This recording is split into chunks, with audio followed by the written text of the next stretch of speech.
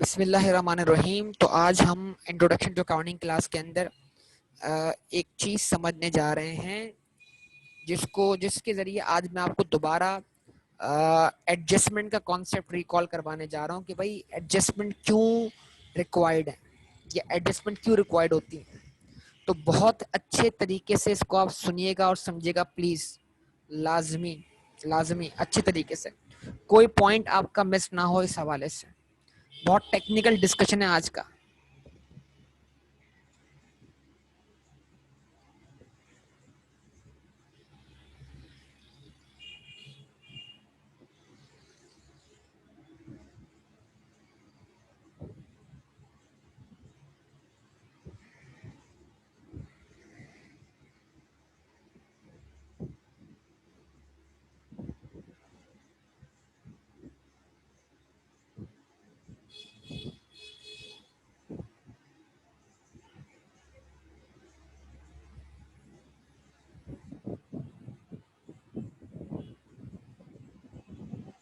Sales की policy क्या होती है?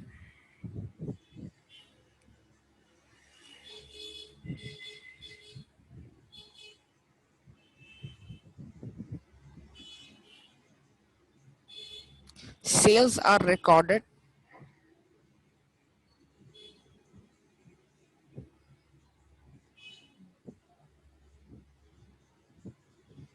व्हेन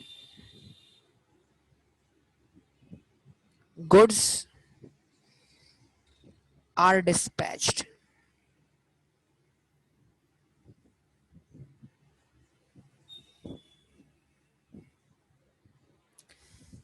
सेल्स रिकॉर्ड की जानी चाहिए या sales should be recorded, are recorded नहीं, should be recorded, should be recorded.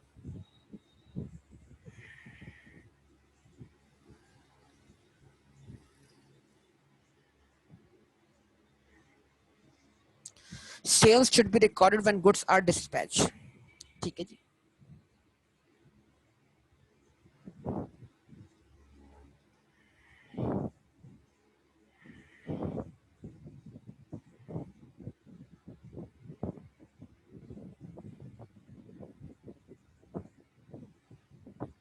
Procedure.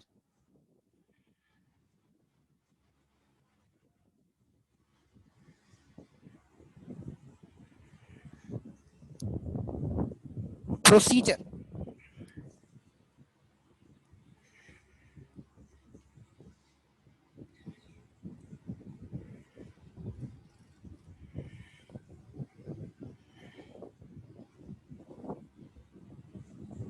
Sales are entered in sales journal when invoice is issued। ठीक है बेटा। अभी दो बातें हैं, क्या इन दो बातों का फर्क समझ पा रहे हैं? एक है पॉलिसी, एक है प्रोसीजर। ठीक है। देखिए बड़ी टेक्निकल बात है। आप अपने कस्टमर को गुड्स बेचते हैं, सामान बेचते हैं, वो सामान का रखा हुआ है आपके गोडाउन में रखा हुआ है। आपके गोडाउन से वो सामान आपने लोड करवा दिया किसके लिए? आपके कस्टमर के लिए।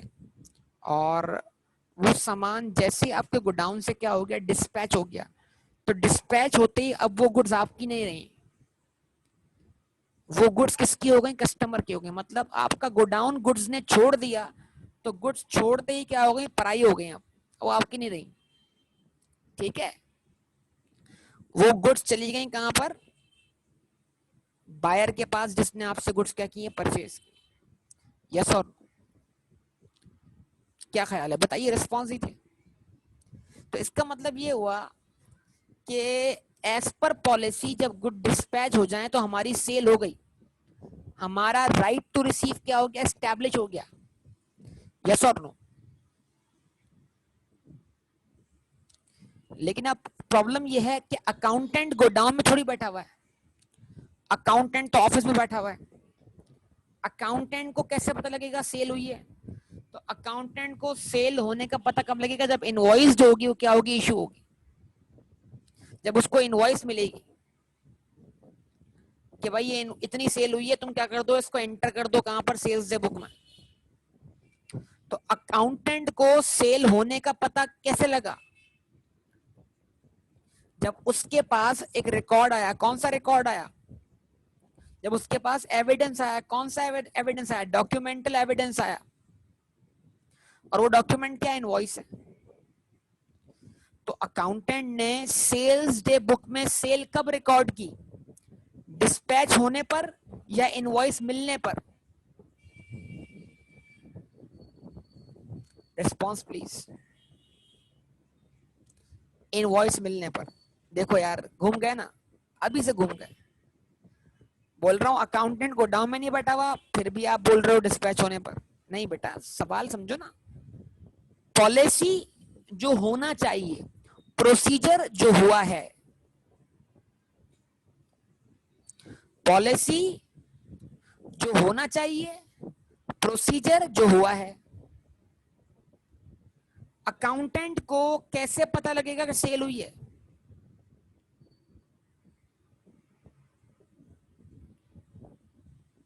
अकाउंटेंट के पास सेल होने का एविडेंस होगा ना। तो जब अकाउंटेंट को सेल इनवॉइस मिलेगी तब वो उसको एंटर करेगा ना, कहां पर बेटा? सेल्स डे बुक में। यस और नो? तो हम ये बोलते हैं कि सेल रिकॉर्ड हो जानी चाहिए जब गुड डिस्पैच हो चुकी हो गोडाउन से। लेकिन प्रैक्टिकली सेल रिकॉर्ड कब होती है? जब अकाउंटेंट को क्या मिलती है? इनवॉइस मिलती है। यस और नो? अब प्रॉब्लम कहां आएगा? रिस्पॉन्स दीजिएगा लाजमी। देखते हैं आप कितने जागे हुए हैं। प्रॉब्लम कहां आएगा? प्रॉब्लम वहां आएगा कि फर्ज कीजिए आपका ईयर एंड दिसंबर है। यस और नो? आपका ईयर एंड दिसंबर है और ईयर एंड दिसंबर पे होने की वजह से क्या हुआ? फर्ज कर लें 31 दिसंबर को गुड्स डिस्पैच हुई गोडाउन से।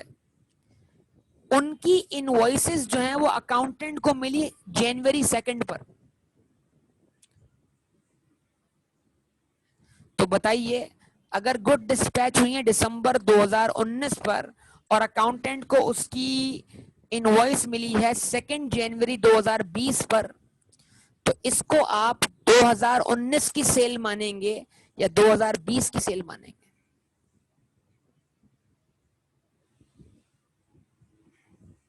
मैं फिर रिपीट कर रहा हूं, पॉलिसी जो होना चाहिए, प्रोसीजर जो हुआ है, ये सेल 2019 की है एज पर पॉलिसी। ये सेल 2019 की एज पर पॉलिसी। ये सेल 2019 की एज पर पॉलिसी। यस और नो? रिस्पॉन्स दें मुझे आप सब लोग। मैं जो बोल रहा हूं उतनी बात करें बराए मेहरबानी। अगर इसमें आप क्रॉस क्वेश्चनिंग करने बैठ गए, टॉपिक हाथ से निकल जाएगा आपका। मुझे पता है इसके अंदर क्या क्या चीजें कवर करनी है। प्लीज मैं जो बोलूं उसका जवाब दें।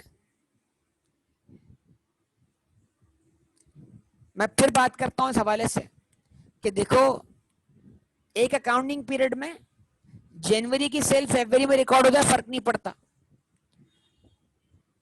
गोडाउन से गुड्स गई 31 जनवरी को, रिकॉर्ड हुई, प्रोसीजर कब परफॉर्म हुआ? फरवरी के मंथ में। तो कोई फर्क नहीं पड़ा। जनवरी की सेल फरवरी में रिकॉर्ड करें, कोई फर्क नहीं पड़ेगा। क्यों? क्योंकि अकाउंटिंग पीरियड क्या है? सेम है। ये कॉन्सेप्ट शुरू के बनाया हुआ है मैंने आप लोगों के बेटा। ठीक है, फरवरी की सेल मार्च में रिकॉर्ड कर लें, मार्च की अप्रैल में, अप्रैल की मई में। तो जब दिसंबर की सेल जनवरी में रिकॉर्ड करेंगे और दिसंबर आपका कट ऑफ पॉइंट है, ईयर एंड है, तो फर्क पड़ेगा ना? यस और नो?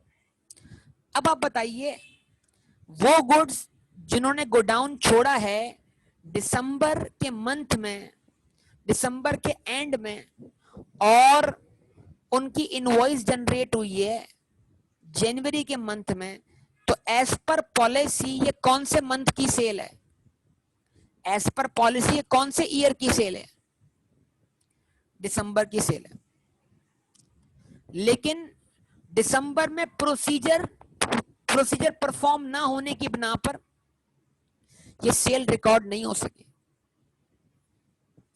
तो अगर एज पर पॉलिसी ये दिसंबर की सेल है और आपका ट्रायल बैलेंस प्रोसीजर परफॉर्म ना होने की बिना पर इस सेल को शो नहीं कर रहा,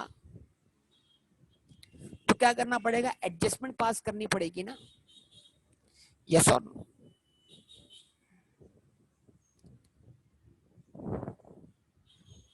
और जब आप क्रेडिट सेल करते हैं तो आप क्या एंट्री बनाते हैं? एडजस्टमेंट क्या होगी?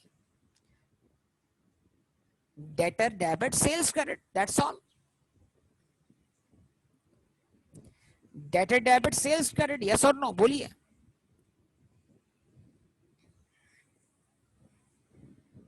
ऐसा है?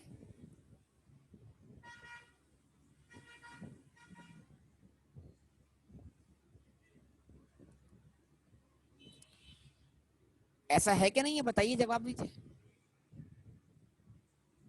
चलें, अब आपके सामने मुख्तलिफ सिनेरियोज में आपके सामने रखता हूं।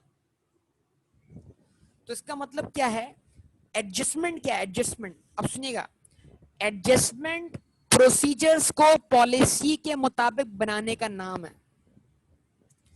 एडजस्टमेंट जो है वो प्रोसीजर्स को पॉलिसीज के मुताबिक बनाने का नाम है। अगर आपका प्रोसीजर आपकी पॉलिसी के मुताबिक नहीं है तो आप एडजस्टमेंट करके उसको एज पर पॉलिसी बना दें, यस और नो? बोलिए। सबसे बड़ी एग्जांपल जो मैं आपको देने जा रहा हूं, सुनिएगा। ये एग्जांपल मैं पहले भी दे चुका हूं, लेकिन आज आप ज्यादा बेहतर पोजीशन में होंगे इस एग्जांपल को समझने के लिए, क्योंकि आप मैच्योर हो चुके हैं अभी अकाउंटिंग में। तो इस एग्जांपल को अच्छे से समझिएगा। बुक्स ऑफ ओरिजिनलिटी कितनी है बताइए?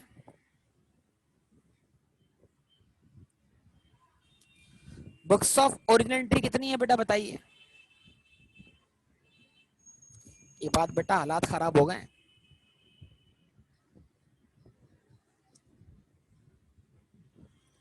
बेटा बुक्स ऑफ ओरिजिनलिटी 6 है, 6। सेल्स डे बुक या sales journal, purchases day book या परचेजेस जर्नल,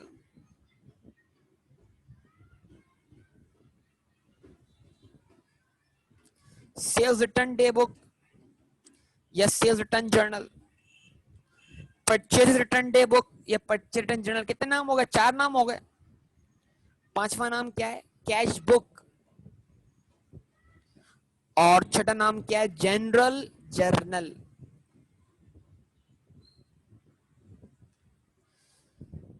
ठीक है, जर्नल लेजर नहीं, जनरल जर्नल। है क्या नहीं है? बोलिए, बताइए।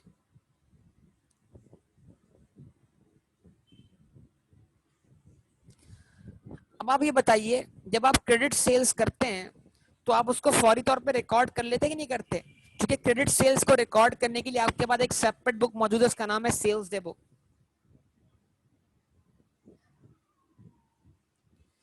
जब आप गुड्स परचेज करते हैं क्रेडिट पर, तो आप उसको फौरी तौर पर परचेज डे बुक में रिकॉर्ड कर लेते हैं, क्योंकि आपके पास क्रेडिट परचेजेस रिकॉर्ड करने के लिए परचेज डे बुक का बुक मौजूद है, यस और नो?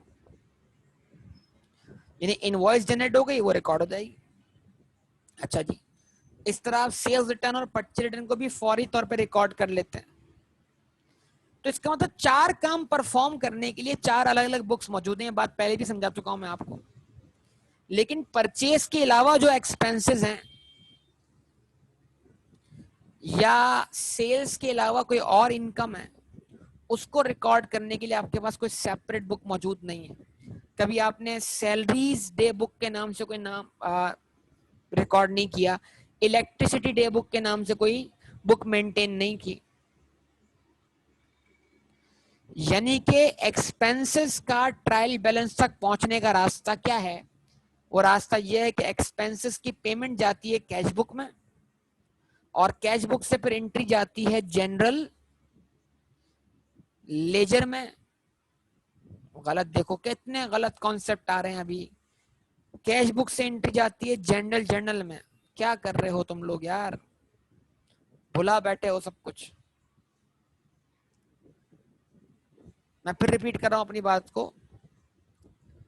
एक्सपेंस की पेमेंट जाती है कैश बुक में,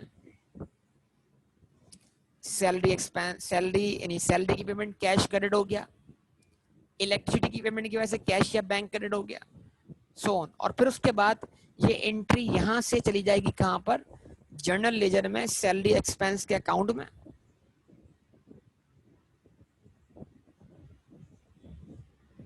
जनरल लेजर है, अब जर्नल जर्नल नहीं है। क्या कर रहे हैं,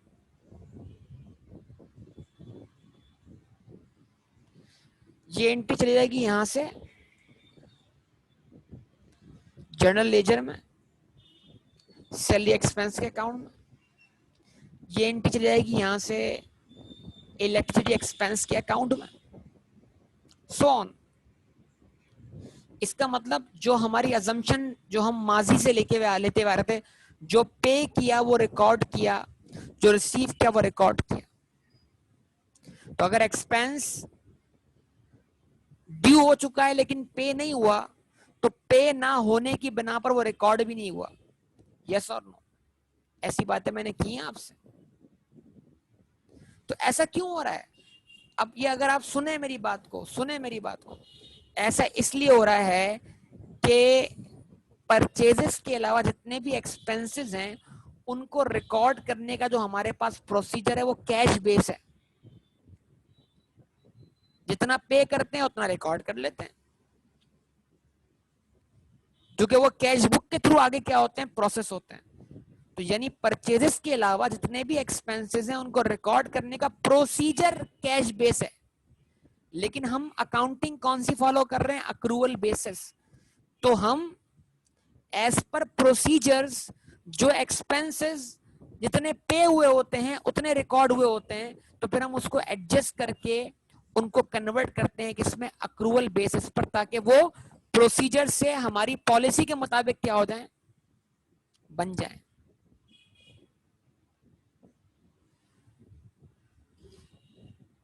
क्या ये बात समझ में आती है?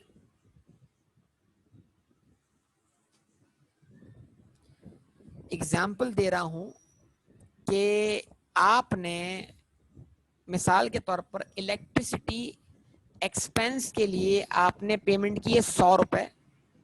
तो जो पेमेंट की उतने से कैश क्रेडिट हुआ और उतने से जर्नल लेजर में इलेक्ट्रिसिटी एक्सपेंस अकाउंट डेबिट हुआ, वो इम्पैक्ट पहुंच गया ट्रायल बैलेंस में। लेकिन आप ये सोचते हैं कि अक्रूवल बेसिस ऑफ अकाउंटिंग के लिहाज से आपका इलेक्ट्रिसिटी एक्सपेंस 120 होना चाहिए, तो आपका इलेक्ट्रिसिटी एक्सपेंस अकाउंट 20 से शॉर्ट है। शॉर्ट क्यों है? इसलिए क्योंकि आपने जो पे किया वो रिकॉर्ड किया। तो आप बोलते हैं as per policy accrual based accounting follow करते हुए मुझे एक्सपेंस 100 नहीं 120 दिखाना है, तो फिर मुझे अपने प्रोसीजर को अपनी पॉलिसी में कन्वर्ट करते हुए 20 से क्या पास करनी होगी, एडजस्टमेंट। मैं एक्सपेंस डेबिट करूंगा, लायबिलिटी क्या करूंगा, क्रेडिट करूंगा। यस और नो, जवाब दीजिए। मिसाल के तौर पर आपने इलेक्ट्रिसिटी एक्सपेंस का कर दिया, पे किया 150 रुपए से, और अक्रूवल बेस अकाउंटिंग के लिहाज से आपका एक्सपेंस बनना चाहिए था 120। तो जितना आपने ओवर पे किया,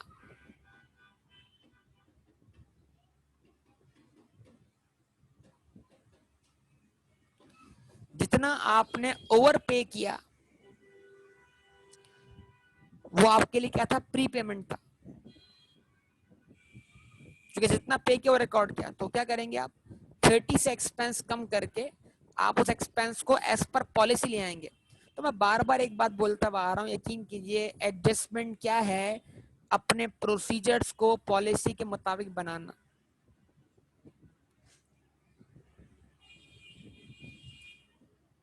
ऐसा ही है ना?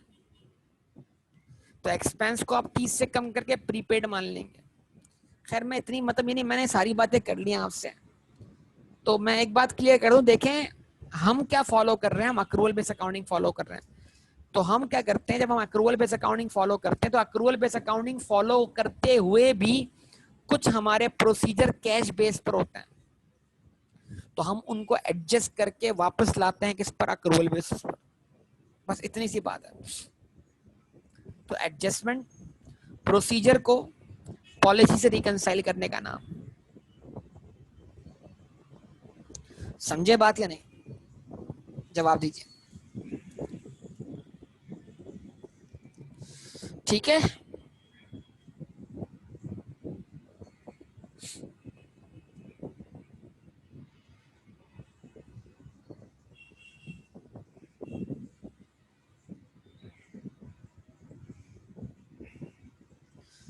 अब यहां लिखने जा रहा हूं मैं सिनेरियोस।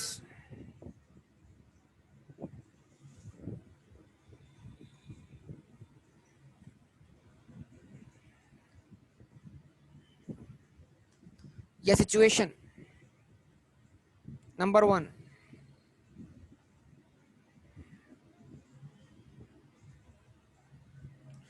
Good dispatch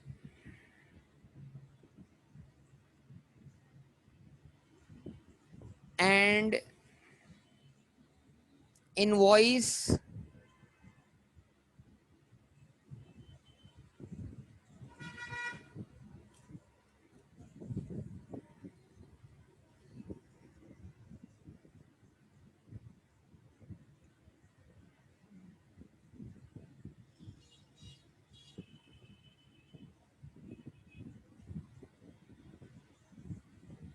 issued. ठीक है जी। तो गुड्स का स्टेटस समझना है और उसके बाद एडजस्टमेंट की बात करनी है।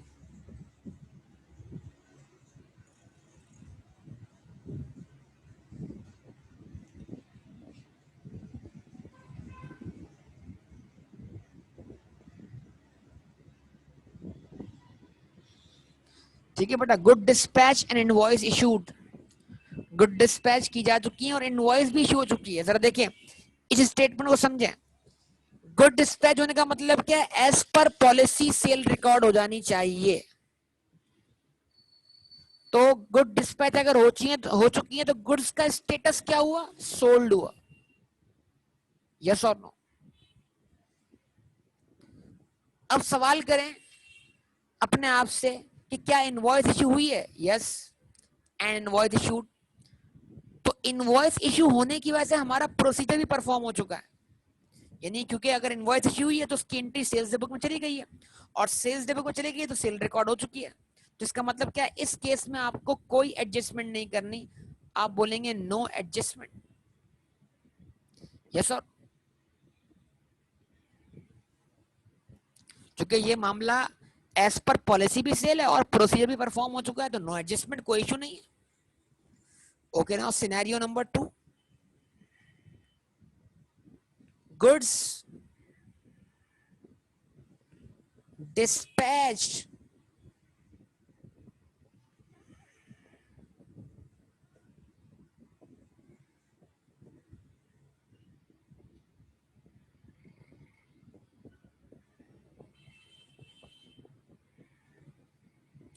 but invoice, आप इसको देख लें पूरी तरह पहला जरा। But invoice not issued. ठीक है, अब जरा इस सिनेरियो को एनालाइज कीजिए। गुड डिस्पैच हो चुकी है लेकिन इनवॉइस इशू नहीं हुई। तो मतलब क्या हुआ?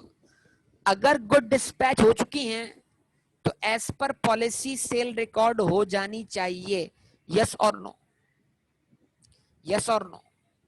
जिस बात का सवाल पूछना उसका जवाब दें मुझे, यस और नो। तो गुड्स का स्टेटस तो सोल्ड है, ऐसे ही है ना? लेकिन इनवॉइस इशू ना होने की बिना पर अब तक बुक्स के अंदर कोई सेल रिकॉर्ड हुई नहीं है। तो अब क्या रिक्वायर्ड है? एडजस्टमेंट रिक्वायर्ड है। यस और नो? और वो एडजस्टमेंट क्या होगी? Record what? Record sales. क्या कहते हैं आप लोग? सेल्स रिकॉर्ड करो, ऐसा ही है। Number three,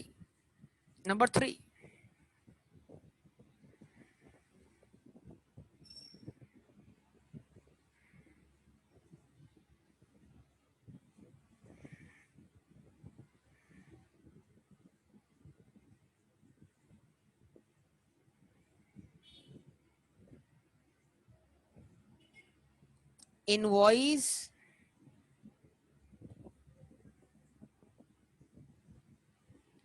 issued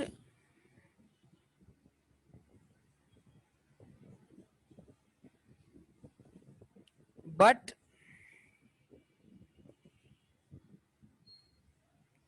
goods are not yet dispatched।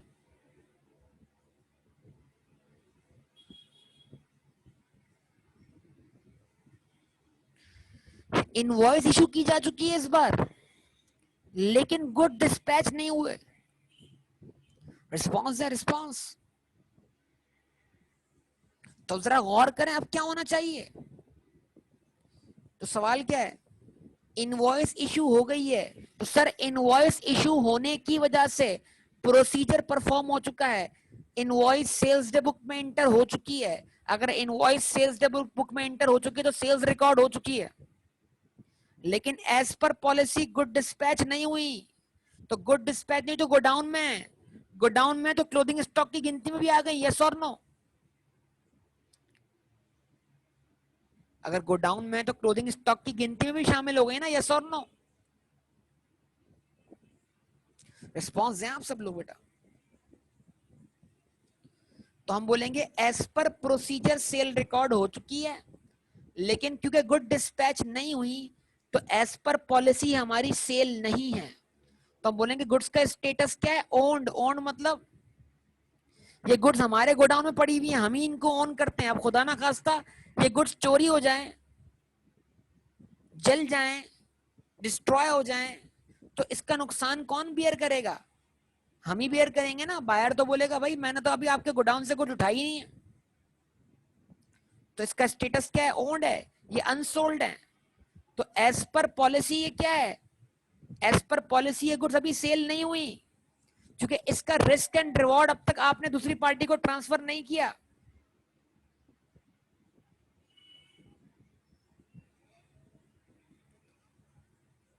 तो इसका मतलब क्या हुआ, अनसोल्ड कैसे? आप इस लाइन को पढ़ें, गुड्स सोल्ड कब मानी जाएंगी, sales should be recorded when goods are dispatched. तो जब गुड डिस्पैच ही नहीं हुई, गोडाउन में पड़ी हुई हैं, तो अनसोल्ड ही मानना पड़ेगा ना उनको, यस और नो? लेकिन इनवॉइस इशू होने की वजह से क्या हो गया बेटा, इनवॉइस इशू होने की वजह से क्या हो गया, सेल्स रिकॉर्ड हो गई है। तो अगर गुड्स अनसोल्ड है और सेल रिकॉर्ड हो गई तो अब क्या करें? अब बताइए अब क्या करें, जवाब दें। अब क्या करें? रिवर्स करें। क्या रिवर्स करें? क्या रिवर्स करें? क्या रिवर्स करें? सेल रिवर्स करें। हाँ, रिवर्स सेल। जी जनाब। तो आप कह रही हैं जनाब कि यहां पर दो एडजस्टमेंट पास होंगी, कौन सी दो एडजस्टमेंट? जवाब दीजिए मुझे।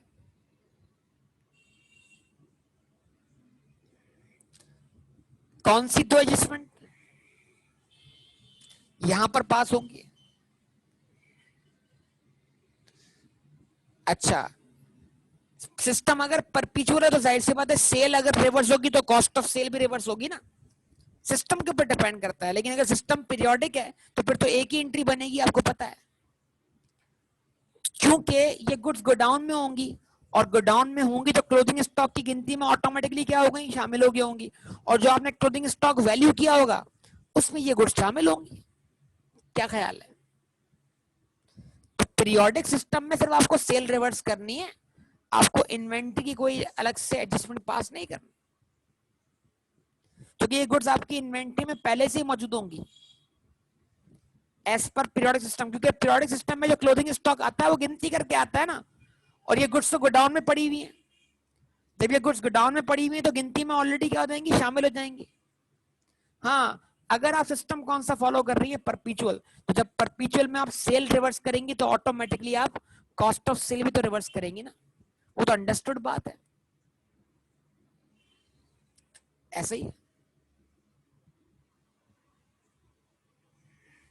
बताइए, सही है।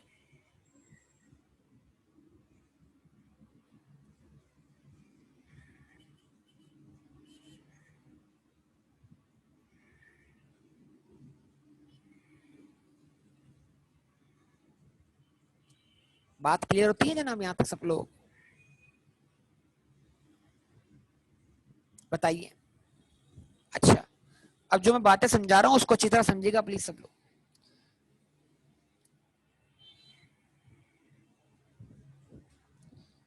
ये जो डिस्पैच लिखा हुआ है ना, इसके आगे मैं एक लफ्ज लिख रहा हूं, इसके लिए टर्म इस्तेमाल होती है, वो टर्म है FOB।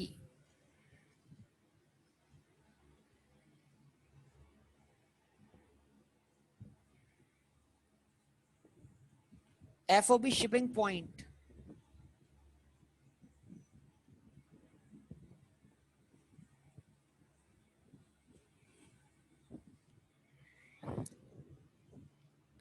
FOB शिपिंग पॉइंट क्या मतलब? हमारी नॉर्मल पॉलिसी क्या होती है, FOB शिपिंग पॉइंट होती है।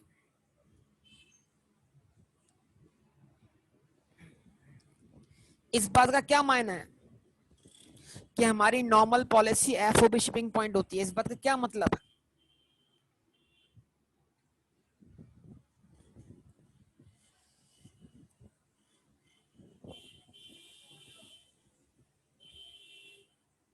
यानी हमने कस्टमर के ट्रांसपोर्टर को गुड्स लोड करवा दी, शिप करवा दी। शिपिंग का मतलब क्या होता है? अच्छा, FOB का मतलब क्या है? Free on board. On board, boarding समझते हैं, बोर्डिंग मतलब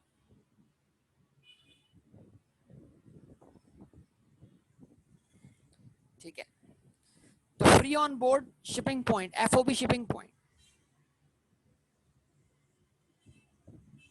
तो यानी आपने अगर गुड्स बायर के ट्रांसपोर्टर तक पहुंचा दी, गुड्स लोड करवा दी, गुड्स शिप करवा दी, तो बतौर सेलर आपकी जिम्मेदारी खत्म।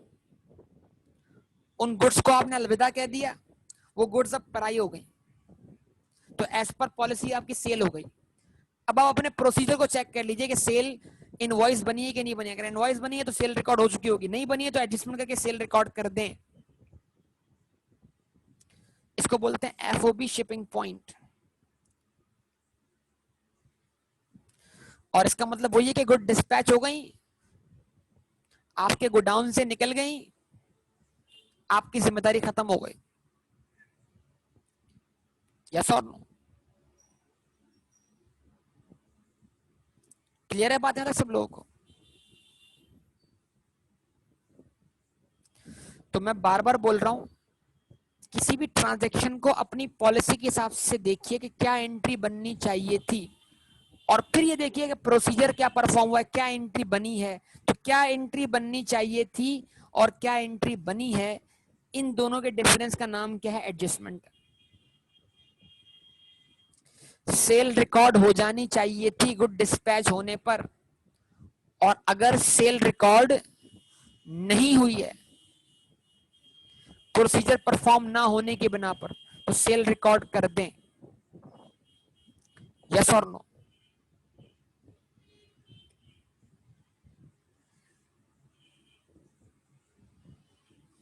सही है।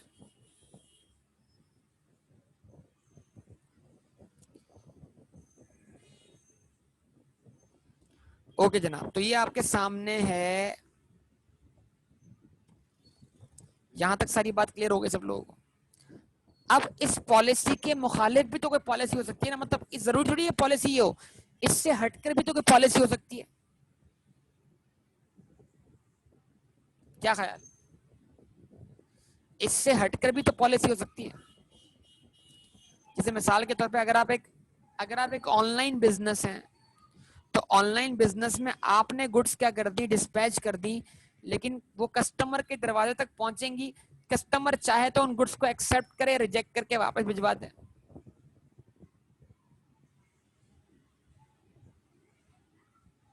क्या ख्याल है? तो कुछ केसेस ऐसे भी हो जाते हैं जहां पर गुड डिस्पैच होने के बावजूद भी सेल रिकॉर्ड होनी नहीं चाहिए।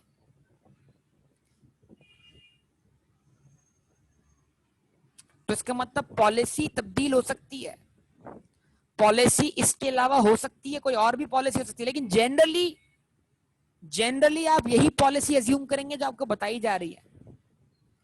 इन the absence of any knowledge, ठीक है जी, in the absence of any information, आप जनरल पॉलिसी कौन सी अज्यूम करेंगे बेटा? FOB shipping point. यस और नो बोलिए।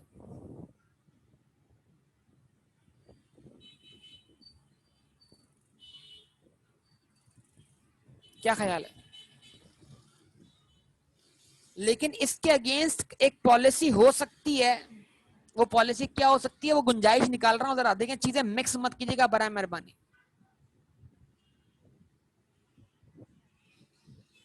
उसको बोलते हैं बेटा एफओबी डेस्टिनेशन।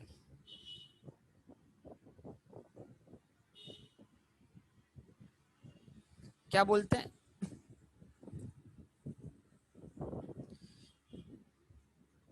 एफओबी डेस्टिनेशन मतलब बाज दफा कस्टमर के दरवाजे तक, कस्टमर के गोडाउन तक, कस्टमर के घर तक गुड्स पहुंचाने की जिम्मेदारी किसकी होती है? सेलर की होती है। यस और?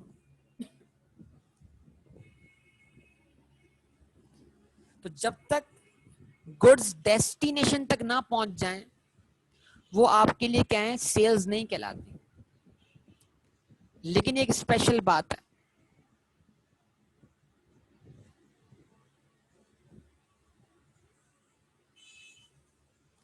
तो अगर पॉलिसी एफओबी डेस्टिनेशन हो तो फिर आपको क्या करना है?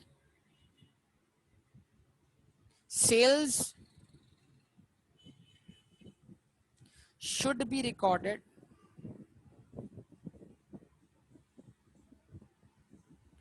sales should be recorded when goods are received by buyer। जब गुड्स रिसीव कौन कर ले? बायर, या गुड्स जो हैं वो बताई गई डेस्टिनेशन तक पहुंच जाएं, तब आपकी सेल रिकॉर्ड होनी चाहिए। सही है बेटा?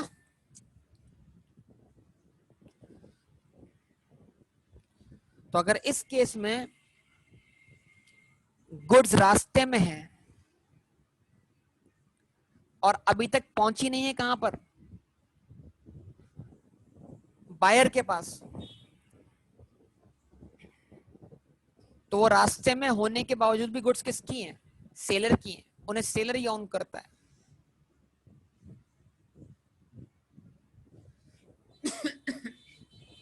देखिए, सेल्डन की एंट्री बननी होती तो मैं आपको खुद बताता, बराए मेहरबानी मैं एक कॉन्सेप्ट बना रहा हूं, उस कॉन्सेप्ट को बिल्डअप करना शुरू कीजिए। ये आपके लेवल के हिसाब से एक टेक्निकल बात कर रहा हूं मैं, क्योंकि ये टॉपिक मैं पहले एफएआर इन्वेंट्री का टॉपिक एफएआर 1 में हुआ करता था, तो ये मुश्किल बातें मैं एफएआर 1 में किया करता था। आपकी किताब इस बात को डिस्कस नहीं कर रही, इसका लेवल एक मुख्तलिफ लेवल है। इसलिए जो बात आपको समझाई जा रही है, पहले आप उसको अच्छी तरह सुन लें, समझ लें, फिर जब एक दफा समझ जाएं उसके बाद आप जो क्वेश्चंस पूछेंगे मैं जवाब दूंगा, आपके सवालात को एंटरटेन करूंगा, मसला ही नहीं है। लेकिन अगर समझाते वक्त में कोई क्रॉस क्वेश्चनिंग होगी तो फिर बात मेरी कहीं से कहीं निकल जाएगी और जो बात असल में आपको समझानी होगी वो आप तक नहीं पहुंचेगी, नुकसान आपका होगा। तो अगर इसमें कोई सेल्स रिटर्न आनी होगी तो मैं खुद लेकर आऊंगा। मैं आपको बार बार एक चीज समझा रहा हूं, पॉलिसी। पॉलिसी का मतलब क्या है? ये होना चाहिए, प्रोसीजर ये हुआ है। तो जो होना चाहिए और जो हुआ है उसमें अगर फर्क है तो इस फर्क को खत्म करने का नाम क्या है? एडजस्टमेंट है।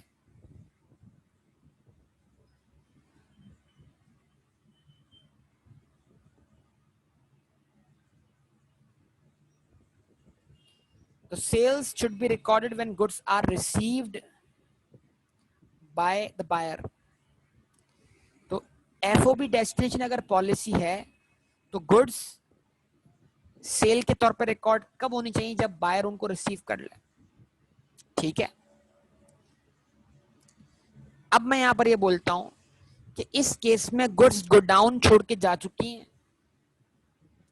गुड डिस्पैच हो चुकी हैं, लेकिन इनवॉइस भी इशू हो चुकी है, लेकिन अब तक गुड्स बायर ने रिसीव नहीं की। तो गुड डिस्पैच हो चुकी हैं, इनवॉइस इशू हो चुकी है, इनवॉइस होने की बिना पर सेल डे बुक में एंट्री बन चुकी है, यानी सेल रिकॉर्ड हो चुकी है, लेकिन स्टिल गुड्स रास्ते में है।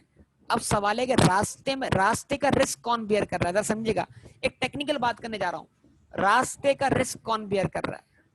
रास्ते में गुड्स को खुदा ना खास्ता कोई नुकसान पहुंचता है तो अगर रास्ते का रिस्क जो है वो सेलर बियर कर रहा है तो गुड्स तो फिर सेलर की हुई ना, बायर की थोड़ी हुई अभी। और अगर गुड्स अभी भी सेलर की हैं तो फिर वो सोल्ड थोड़ी है, फिर तो वो अनसोल्ड है। अच्छा, इससे पिछले वाले केस से जरा इसको मैच कीजिए आप। आपने बोला भाई मेरे दरवाजे से बाहर गई, अब अल्लाह हाफिज। ठीक है जी। वो क्या कहते हैं इसको, वो क्या कहते हैं, बकरीद पे अगर आपने देखा हो ना भाई, अब भाई रस्सी हाथ में देते ही जानवर आपका हो गया। ठीक है भाई, अब ये मर जाए, रास्ते में इसको कुछ हो जाए तो बाबा साईं हम जिम्मेदार नहीं होंगे। ऐसा ही है ना?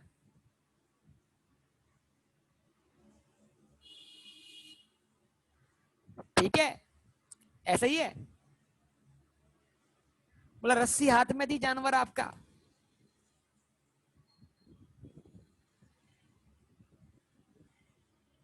ऐसा है क्या? नहीं है? तो बाबा क्या क्या कहते हैं, गाड़ी, आपकी गाड़ी पे सामान लोड किया, अब रास्ते का रिस्क कौन बेयर कर रहा है? बायर बेयर कर रहा है। इसका मतलब क्या हुआ? जब रास्ते का रिस्क बायर बेयर कर रहा है तो गुड डिस्पैच करते ही आपने रिस्क ट्रांसफर कर दिया, आपके लिए गुड्स सोल्ड हो गई। अब रास्ते में गुड्स को कुछ भी हो, नुकसान हो, चोरी हो जाए, तो वो लॉस कौन बेयर करेगा? बायर। इसका मतलब गुड्स आपके लिए सोल्ड है और बायर के लिए ओन्ड है। यस और नो? इसलिए आपकी पॉलिसी क्या थी? डिस्पैच थी। लेकिन जब आपकी पॉलिसी डिस्पैच नहीं है बल्कि डेस्टिनेशन है तो फिर रास्ते का रिस्क भी बतौर सेलर आप ही बेयर कर रहे हो ना,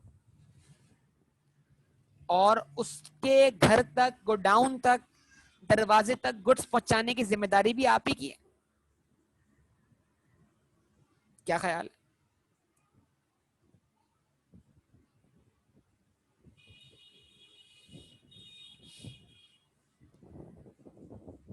ऐसा है या नहीं है? तो इस केस में गुड्स भले डिस्पैच भी हो चुकी हो, इनवॉइस भी बन चुकी हो, लेकिन अगर गुड्स रास्ते में है, डेस्टिनेशन तक पहुंची नहीं है, तो गुड्स अभी भी अनसोल्ड है, जो कि एज पर पॉलिसी ये सेल नहीं है, क्योंकि अब तक गुड डेस्टिनेशन तक पहुंचे नहीं है। तो अगर कोई सेल बुक्स में रिकॉर्ड हुई है इनवॉइस जनरेट होने की वजह से, अब उसको क्या करना चाहिए? एडजस्टमेंट क्या बननी चाहिए? उस सेल को सेल रहने देना चाहिए या उस सेल को रिवर्स कर देना चाहिए?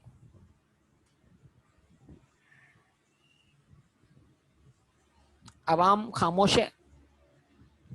चलो माशाल्लाह, रिवर्स कर देना चाहिए। ऐसा ही है ना? तो ये इन दोनों बातों को जरा हमें समझने की जरूरत है। ठीक है, यहां तक बात समझ में आई आपको? तो तो इसके बारे में मजीद में कुछ लिख नहीं रहा, लेकिन आपको अब याद होना चाहिए। अब आपको प्रोसीजर और पॉलिसी वाले पॉइंट्स दिमाग में अच्छी तरह बैठे हुए होने चाहिए।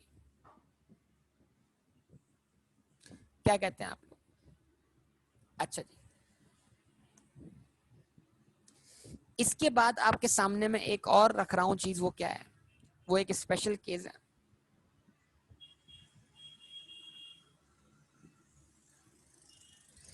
Sales on approval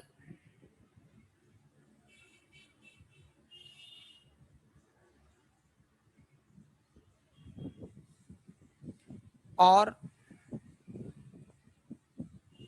sales on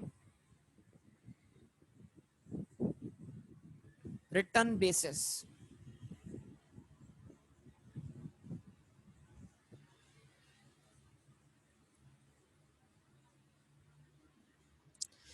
sales on approval and sales on return basis, ये क्या चीज है भाई?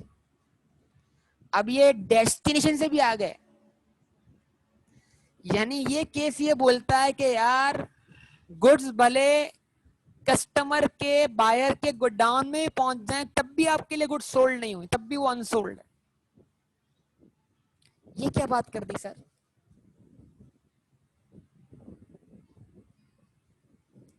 कुछ समझे नहीं समझे? नो, अब सुनेंगे, मैं आपकी बात समझाता हूँ।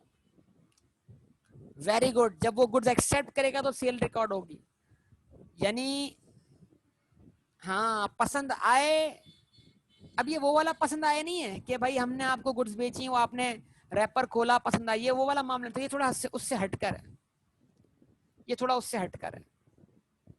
देखिए, जब भी कोई नई चीज आती है ना मार्केट में, मिसाल के तौर पर एक चीज समझिएगा, जरा मेरी बात को समझिएगा। मैं आपके सामने एक एग्जांपल देने जा रहा हूँ, प्रैक्टिकल एग्जांपल। ये बताइए, खाना पकाने के लिए जो है डिफरेंट किस्म के स्पाइसेस इस्तेमाल किए जाते हैं। दो मशहूर कंपनीज कौन सी हैं खाना पकाने के स्पाइसेस के लिए? एक शान है और एक नेशनल है। सही है जी। फर्ज कर लें आप जो हैं अपनी कंपनी एक बनाते हैं और आप अपने स्पाइसेस मार्केट में लॉन्च करना चाहते हैं। तो अभी बताइए, मार्केट में डिमांड किसकी है? आपकी प्रोडक्ट की तो डिमांड नहीं है अभी। मार्केट में डिमांड कौन सी प्रोडक्ट की है? शान और नेशनल। सही है। आप नशान के नाम से क्या करते हैं? अपनी प्रोडक्ट लॉन्च करते हैं। ना नेशनल ना शान, नशान।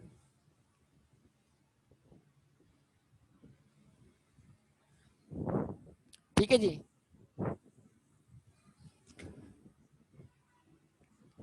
ठीक है, ये निशान बोल रहे हैं, निशान, ताकि नेशनल का टच भी आ जाए और शान का टच भी आ जाए। खैर, तो अब अपनी प्रोडक्ट लॉन्च कर रहे हैं। अब आप चाहते हैं मुख्तलिफ रिटेलर्स आपकी प्रोडक्ट को रखें, लेकिन वो बोलते हैं यार ये प्रोडक्ट हमसे कौन लेगा? डिमांड तो हमारे पास किसकी आती है? डिमांड तो हमारे पास आती है किसकी? शान की और नेशनल की। तो आप उनको बोलते हैं यार एक काम करो, ये प्रोडक्ट रखो, अपने शोरूम पे रखो, अपने क्या कहते हैं शॉप पे रखो।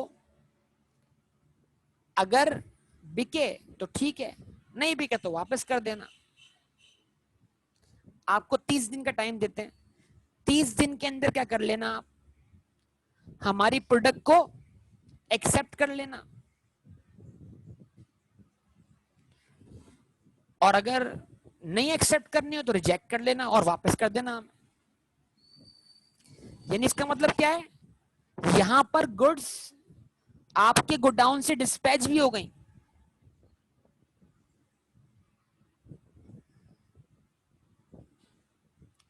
यहां पर गुड्स जो हैं वो आपके गोडाउन से क्या हो गई? डिस्पैच भी हो गई। कस्टमर की डेस्टिनेशन तक पहुंच भी गई, बाहर तक पहुंच भी गई। तो ना गोडाउन से डिस्पैच होने पर सेल रिकॉर्ड होनी चाहिए, क्योंकि अब तक रिस्क तो ट्रांसफर हुआ ही नहीं है ना। बायर के गोडाउन तक पहुंचने के बाद भी सेल रिकॉर्ड होनी चाहिए, क्योंकि अब तक उसने गुड्स को एक्सेप्ट किया ही नहीं है, उसने तो रखा है उनको अपने पास। तो फिर सेल रिकॉर्ड कब होनी चाहिए? जब बायर क्या कर दे, उसको अप्रूव कर दे। यस और नो?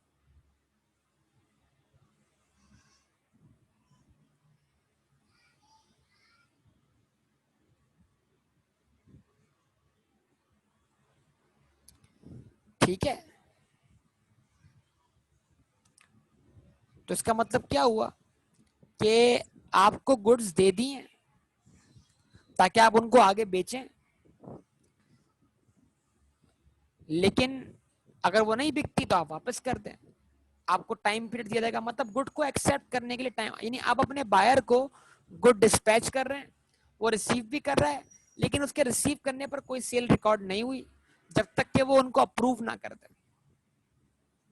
तो सेल ऑन अप्रूवल का मतलब क्या है?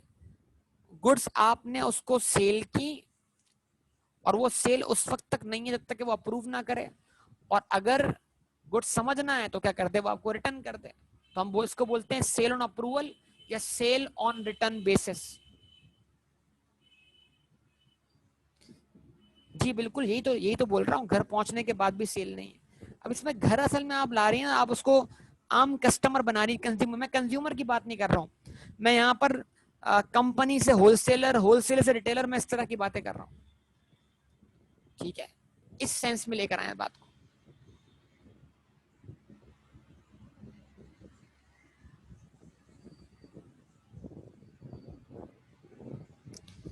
बात समझ में आई बेटा?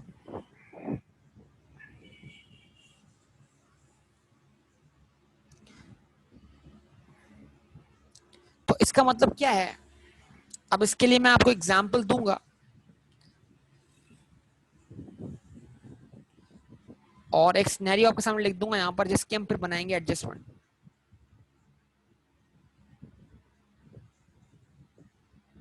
Goods sold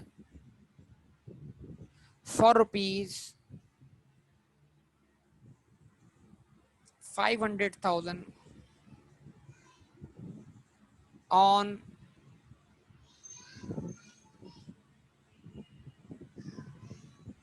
approval basis।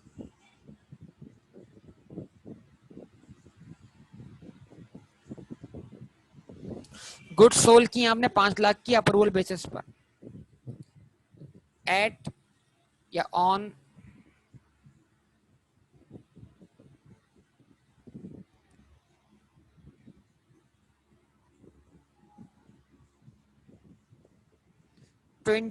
December 2020 and were recorded as sales। ठीक है,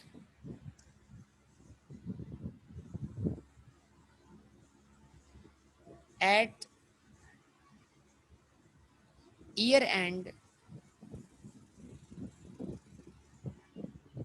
approval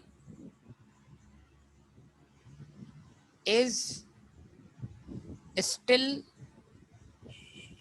pending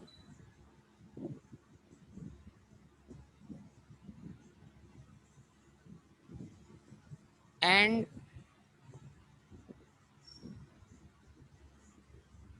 goods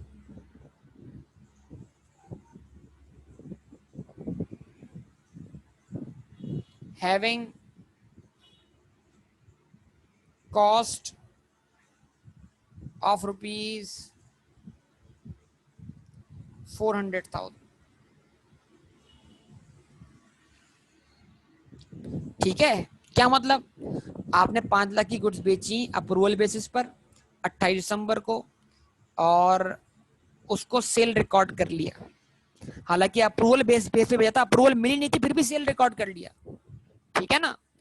अब ईयर एंड हो गया है, ईयर एंड पर आपकी अप्रूवल जो है स्टिल पेंडिंग है, मतलब आपके कस्टमर ने आप अब तक सेल अप्रूव ही नहीं की। तो जब तक अप्रूव नहीं की वो आपके लिए सेल नहीं है ना, जब तक वो अप्रूव ही ना करे तब तक आपका राइट टू रिसीव तो एस्टेब्लिश नहीं हुआ ना। तो अगर ईयर एंड पर अप्रूवल पेंडिंग है और आपने सेल रिकॉर्ड कर दी है तो इसका मतलब जब तक उसकी अप्रूवल नहीं मिलेगी आप सेल रिकॉर्ड नहीं कर सकते। यस और नो? तो जरा बताओ क्या एडजस्टमेंट बननी चाहिए कि जो सेल रिकॉर्ड हुई हो क्या होनी चाहिए, रिवर्स होनी चाहिए ना। क्या कहते हैं आप सब? एडजस्टमेंट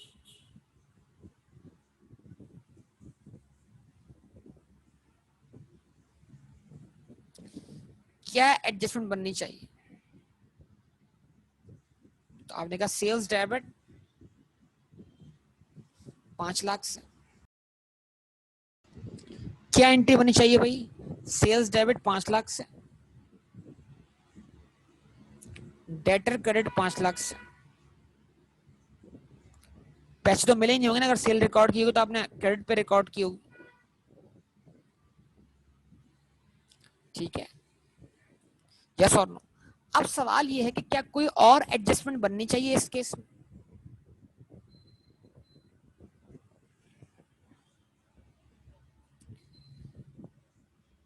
अब सवाल ये है कि क्या इसके साथ कोई और एडजस्टमेंट बननी चाहिए, ये सवाल है आपसे।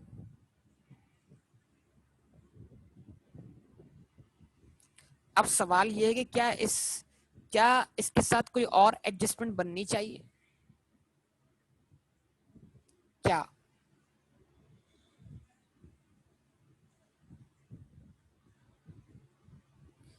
कॉस्ट ऑफ गुड्स सोल्ड,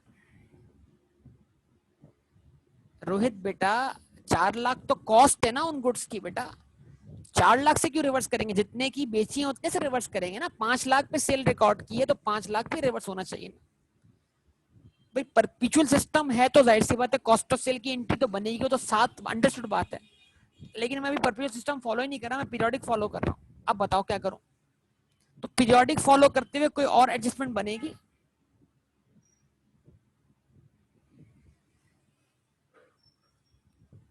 ये जो गुड्स हमने बेची हैं 5 लाख की, इनकी कॉस्ट 4 लाख रुपए, तो 4 लाख से कोई और एंट्री बननी है या नहीं बननी, सवाल ये।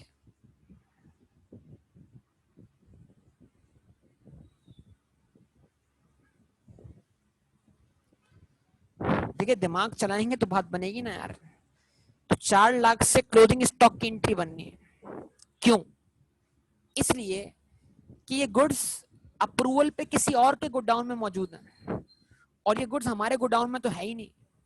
तो पीरियोडिक सिस्टम में जब हम गोडाउन की गिनती करेंगे तो ये जो स्टॉक है ना, ये जो स्टॉक है, ये स्टॉक हमारी गिनती में नहीं आएगा। क्यों क्यों गिनती में नहीं आएगा? इसलिए कि हमारे गोडाउन में मौजूद ही नहीं है। लेकिन ये स्टॉक हमारे गोडाउन में मौजूद ना होने के बावजूद भी हमारा ही क्लोजिंग स्टॉक है ना। क्यों? इसलिए कि अब तक अनसोल्ड है। तो अगर ये स्टॉक अनसोल्ड है और गिनती में नहीं आ रहा तो इसको अलग से क्लोजिंग स्टॉक के तौर पर एडजस्ट करना पड़ेगा, नहीं करना पड़ेगा? यस और क्या कहते हैं? तो इसका मतलब क्या है कि अगर आप पीरियोडिक सिस्टम फॉलो कर रहे हैं तो आपको क्या करना है, आपको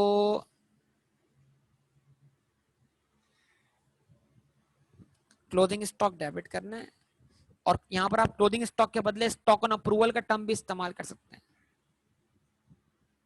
लेकिन मैं बोलता हूं कि जो आपकी क्लोजिंग स्टॉक की वैल्यू हो ना, उसमें स्टॉक ऑन अप्रूवल को शामिल करके फिर एक साथ इकट्ठी एंट्री पास कर दें। क्लोजिंग स्टॉक डेबिट परचेजेस या ट्रेडिंग अकाउंट क्रेडिट 4 लाख।